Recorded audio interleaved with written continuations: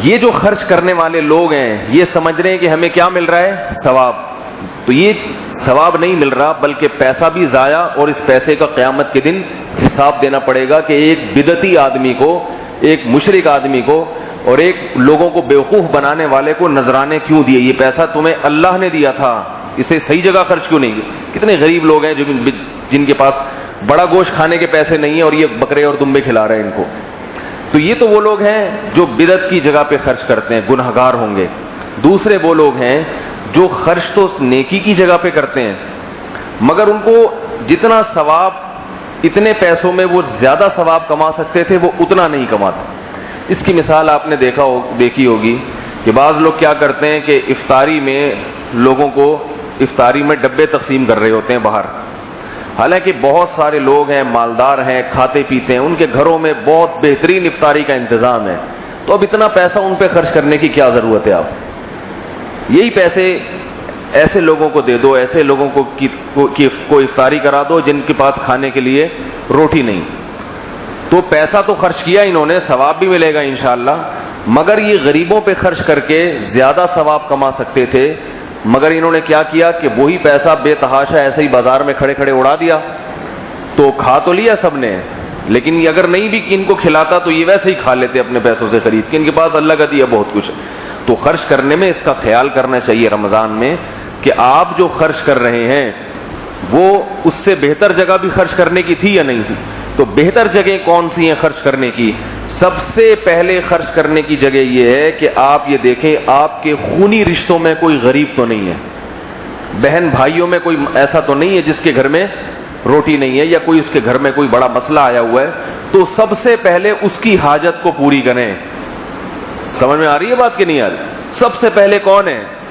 اپنے قریبی خونی رشتوں میں، آپ کے بہن بھائیوں میں دیکھیں کہ کوئی ایسا تو نہیں ہے نادار جس کے پاس روٹی نہیں ہے یا جس کی کوئی بیماری آئی ہوئی ہے، تو اس پہ سب سے پہلے خرچ کریں.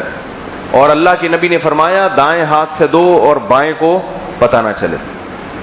قریبی رشتہ داروں پہ اگر خرچ کرنا ہے تو پھر شور نہ مچائے انسان، میں نے اس کو میں نے کھلایا، یہ اس کو میں نے کھلائی، یہ جو گاڑی ہے نا اس کے بعد میری، میں نے دی ہے. یہ جو وہ میں اکثر واقعہ سناتا ہوں نا ملا نصیر الدین کا، وہ ایک دفعہ ملا نصیر الدین جو تھے نا کہیں سیاسی جلسے سے خطاب کرنا تھا ان کو، سیاسی جلسے میں. اب ان کے پاس پہننے کے لیے عالی شان کپڑے نہیں تھے، جلسے سے خطاب کے لیے تو اچھے سے کپڑے چاہیے. تو انہوں نے کسی بندے سے کہا کہ یار تم مجھے اپنے جو ہے نا وہ پاجامہ دے دو، یا یہ کہ اپنی شلوار دے دو تو اور قمیض دے دو اپنی، تو میں وہ پہن کے بیان کروں گا. نہیں سوری، کسی اور سیاسی رہنما نے خطاب کرنا تھا، وہ ملا نصیر الدین کے پاس آیا کہ آپ کے پاس ایک شاہی کپڑے ہیں وہ مجھے دے دیں. تو ملا صاحب نے کہا چل بھائی تو میرے کپڑے لے جا، لیکن جلسے میں تیرے ساتھ میں ضرور جاؤں گا، جہاں بھی جلسہ ہوگا میں ضرور تیرے ساتھ جاؤں گا. ٹھیک ہے بھائی میرے ساتھ چلو.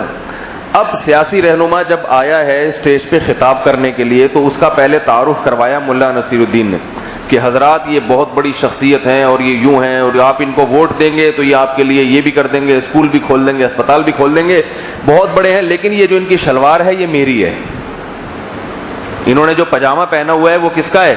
وہ میرا ہے.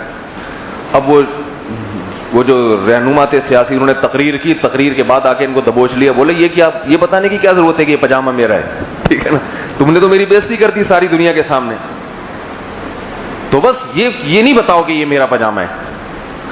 تو ٹھیک ہے بھائی، اگلے دفعہ انہوں نے کہا ٹھیک ہے وعدہ کرتا ہوں اب میں کسی کو نہیں بتاؤں گا کہ یہ پاجامہ آپ نے مجھ سے لیا ہے ادھار، ٹھیک ہے نا، اب میں نہیں بتاؤں گا کسی. اب اگلا جلسہ ہوا تو ملا صاحب نے پہلے جناب کو بلایا کہ یہ سیاسی رہنما ہیں، اسکول بنائیں گے، ہاسپٹل بنائیں گے اور یوں کر دیں گے اور یوں کر دیں گے، اور یہ جو ان کا پاجامہ ہے نا یہ انہی کا ہے، یہ میرا نہیں ہے، یہ پاجامہ یہ انہی کا ہے، یہ میرا نہیں ہے. پھر جناب جلسہ ختم ہوا، غصہ آیا کہ بھائی تم یہ پاجامے کا تذکرہ کیوں کرتے ہو کہ میرا ہے یہ اس کا ہے، اس کی ضرورت کیا ہے. لیکن ان کو تو شوق چڑھ رہا ہے نا کہ پتہ تو چلے کہ یہ لوگ آگے پوچھیں مجھ سے. تو جب انسان خرچ کرتا ہے نا بعض دفعہ اس کا دل چاہتا ہے کہ میں سب کو بتاؤں. تو یہ اس میں میں واقعہ سنا رہا ہوں کہ اس میں سامنے والے کی بے عزتی ہوتی ہے بیچارے کی، اس کو بار بار بتانا اس کو. تو بالآخر ملا صاحب نے معاہدہ کیا کہ ٹھیک ہے بھائی اب میں نہ یہ کہوں گا کہ یہ میرا ہے اور نہ یہ کہوں گا کہ یہ آپ کا ہے. چلو جی ہو گیا. پھر تیسرا جلسہ ہوا تو اس میں ملا صاحب بیان کر رہے ہیں بھائی میں بلا رہا ہوں اور یوں ہے اور فلانا ہے، اور ان کا جو پاجامہ ہے اس کے بارے میں آپ سے کوئی بات نہیں کرنا چاہتا. یہ بہت بڑی شخصیت ہے، لیکن ان کے پاجامے سے متعلق میں آپ سے کسی قسم کی کوئی بات نہیں کروں گا. اب لوگ شبہ میں یار پتہ نہیں اس پاجامے میں کیا ہے، کس پاجامے کے بارے میں کوئی بات ہی نہیں کرنا چاہتے. تو وہ آدمی گیا، اس نے وہ پاجامہ اتار کے ان کو دیا، بولا بھائی یہ پکڑو اپنے گھر جاؤ، شاباش، مجھے نہیں ضرورت آپ کے پاجامے کی.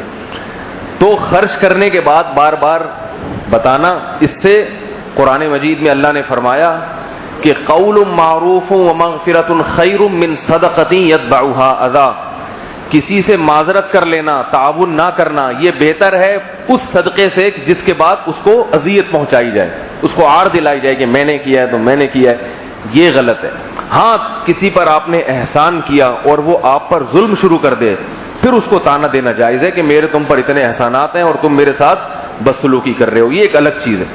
کیا آپ یا آپ کے بچے قرآن سیکھنا چاہتے ہیں؟ جو حضرات ابھی تک قرآن کریم نہیں سیکھ سکے یا اپنے بچوں کی قرآنی تعلیم کے لیے فکر مند ہیں تو گھر بیٹھے 30 منٹ روزانہ دے کر قرآن کریم تجوید اور ترجمے کے ساتھ سیکھ سکتے ہیں اور حفظ بھی کر سکتے ہیں.